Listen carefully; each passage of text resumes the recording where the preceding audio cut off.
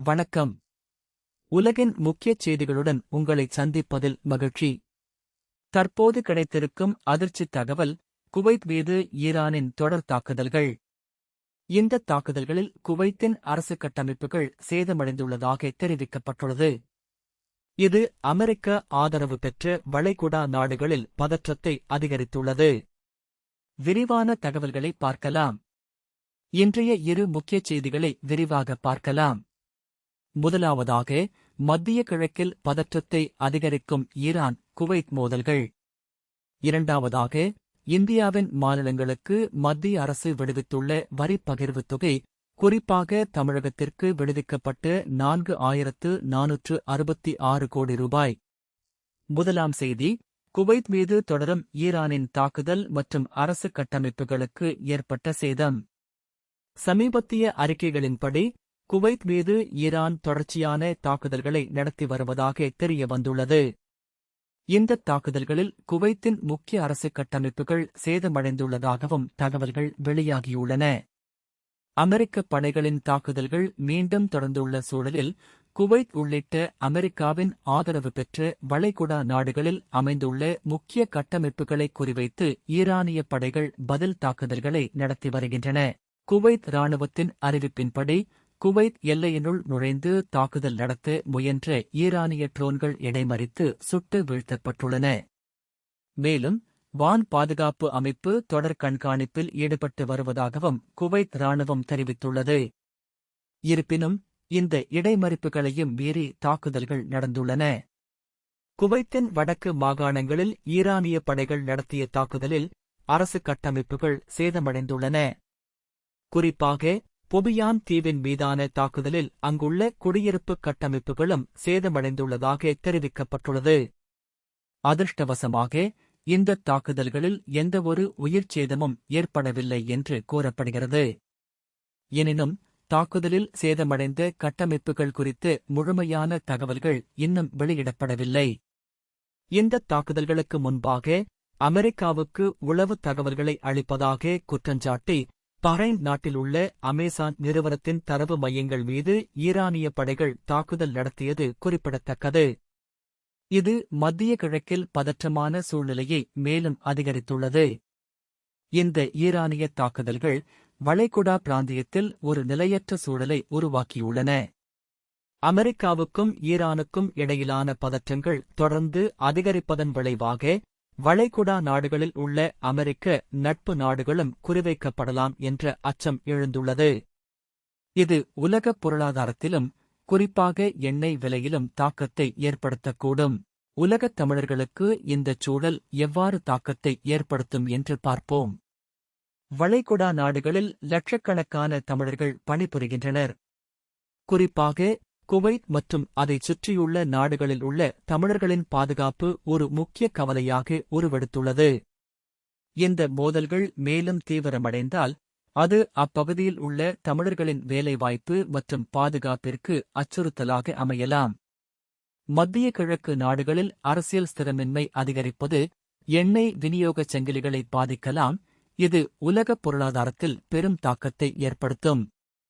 இதனால், அத்தியாவசிய பொருட்களின் விலை உயர்வு போன்ற மறைமுக தாக்கங்களும் உலகத் தமிழர்கள் மீது ஏற்படக்கூடும். அடுத்து என்ன நடக்கலாம் என்று ஆராய்வோம். ஈரானும் அமெரிக்காவும் தங்கள் நிலைப்பாடுகளைத் தொடர்ந்தால், வளைகுடா பிராந்தியத்தில் பதற்றம் மேலும் அதிகரிக்கும். குவைத், ஈராக், சவுதி அரேபியா போன்ற நாடுகள் தங்கள் பாதுகாப்பை மேலும் பலப்படுத்தும். சர்வதேச சமூகம் இந்த மோதலை தணிக்க இராஜதந்திர முயற்சிகளில் ஈடுபடக்கூடும். இருப்பினும், தற்போதைய சூழல் மிகவும் சிக்கலானது. இந்தச் செய்தி ஒரு முக்கியமான திருப்பமாக இருக்கலாம். ஈரானின் இந்த தொடர்ச்சியான தாக்குதல்கள் வளைகுடா பிராந்தியத்தில் நீண்டகால ஸ்திரமின்மைக்கு வழிவகுக்குமா என்பதை பொறுத்திருந்துதான் பார்க்க வேண்டும். குவைத் இராணுவம் மற்றும் வான் பாதுகாப்பு அமைப்புகள் தொடர்ந்து விழிப்புடன் செயல்பட்டு வருகின்றன. உயிர்ச்சேதம் தவிர்க்கப்பட்டாலும், அரசு கட்டமைப்புகளுக்கு ஏற்பட்ட சேதங்கள் குறித்து முழு விவரங்கள் வெளியானதும் நிலைமை மேலும் தெளிவடையும். இனி, இரண்டாவது முக்கியச் செய்திக்கு வருவோம். தமிழகத்துக்கான வரிப் பகிர்வுத் தொகை 4,466 கோடி ரூபாய் விடுவித்த மத்திய அரசு. மத்திய அரசு தமிழ்நாடு உள்பட அனைத்து மாநிலங்களுக்குமான வரிப் பகிர்வுத் தொகையை விடுவித்துள்ளது. மாநிலங்களின் மூலதன மற்றும் வளர்ச்சிச் செலவினங்களை விரைவுபடுத்துவதற்காக மத்திய அரசு இன்று 1,09,19 கோடி ரூபாயை மாநிலங்களுக்கான வரிப் பகிர்வுத் தொகையாக விடுவித்துள்ளது. இதன்படி தமிழகத்துக்கான வரிப் பகிர்வுத் தொகையாக 4,466 கோடி ரூபாயை மத்திய அரசு விடுவித்துள்ளது. இது தமிழகத்தின் வளர்ச்சித் திட்டங்களுக்கும் நலன் சார்ந்த செலவினங்களுக்கும் பெரிதும் உதவும் என்று எதிர்பார்க்கப்படுகிறது. நாட்டின் அதிக மக்கள் தொகை கொண்ட மாநிலமான உத்தரப்பிரதேசத்துக்கு அதிகபட்சமாக 19,208 கோடி ரூபாயும், பீகாருக்கு 10,845 கோடி ரூபாயும், மத்திய பிரதேசத்துக்கு 8,010 கோடி ரூபாயும், மேற்கு வங்கத்துக்கு 7,866 கோடி ரூபாயும், மகாராஷ்டிரத்துக்கு 7,022 கோடி ரூபாயும், ராஜஸ்தானுக்கு 6,460 கோடி ரூபாயும், ஆந்திர பிரதேசத்துக்கு 4,597 கோடி ரூபாயும், ஒடிசாவுக்கு 4,819 கோடி ரூபாயும், கர்நாடகத்துக்கு 4,504 கோடி ரூபாயும், ஜார்க்கண்டுக்கு 3,660 கோடி ரூபாயும் விடுவிக்கப்பட்டுள்ளது. பண்டிகை காலத்தையொட்டி மாநிலங்களின் மூலதன செலவினங்களை விரைவுபடுத்தவும் வளர்ச்சி மற்றும் நலன் சார்ந்த செலவினங்களுக்காகவும் ஏதுவாக இந்த நிதி விடுவிக்கப்பட்டுள்ளதாக மத்திய அரசு தெரிவித்துள்ளது. இது மாநிலங்களின் பொருளாதார வளர்ச்சிக்கு ஊக்கமளிக்கும் ஒரு நடவடிக்கையாகும். இந்த வரிப் பகிர்வுத் தொகை மாநிலங்களுக்கு நிதி சுதந்திரத்தை அளித்து உள்ளூர் வளர்ச்சித் திட்டங்களை செயல்படுத்த உதவும். குறிப்பாக தமிழகத்திற்கு விடுவிக்கப்பட்ட இந்த 4,466 கோடி ரூபாய் உள்கட்டமைப்பு மேம்பாடு, கல்வி, சுகாதாரம் போன்ற அத்தியாவசிய துறைகளில் முதலீடுகளை அதிகரிக்க உதவும். இது தமிழக மக்களின் வாழ்க்கை தரத்தை மேம்படுத்தும். உலகத் தமிழர்களுக்கு இதன் தாக்கம் என்ன? தமிழகத்தின் வளர்ச்சி உலகெங்கிலும் உள்ள தமிழர்களுக்கு ஒரு நேர்மறையான செய்தியாகும். தமிழகத்தில் பொருளாதார வளர்ச்சி அதிகரிப்பது, வேலை வாய்ப்புகளை உருவாக்கி புலம்பெயர்ந்த தமிழர்கள் தங்கள் சொந்த மாநிலத்திற்கு திரும்புவதற்கும் முதலீடுகளை மேற்கொள்வதற்கும் ஒரு நல்ல சூழலை உருவாக்கலாம். மேலும் தமிழக அரசின் நலத்திட்டங்கள் மேம்படுவதன் மூலம் இங்கு வசிக்கும் தமிழர்களின் வாழ்வாதாரம் மேம்படும். அடுத்து என்ன நடக்கலாம்? இந்த நிதி விடுவிப்பு மாநில அரசுகளின் நிதி நிலையை வலுப்படுத்தும். இது மாநிலங்களின் பட்ஜெட் திட்டமிடலை மேம்படுத்தி வளர்ச்சித் திட்டங்களை விரைந்து செயல்படுத்த உதவும். மத்திய அரசின் இந்த நடவடிக்கை எதிர்காலத்தில் மாநிலங்களுக்கு கூடுதல் நிதி விடுவிக்கப்படுவதற்கான ஒரு முன்னுதாரணமாக அமையலாம்.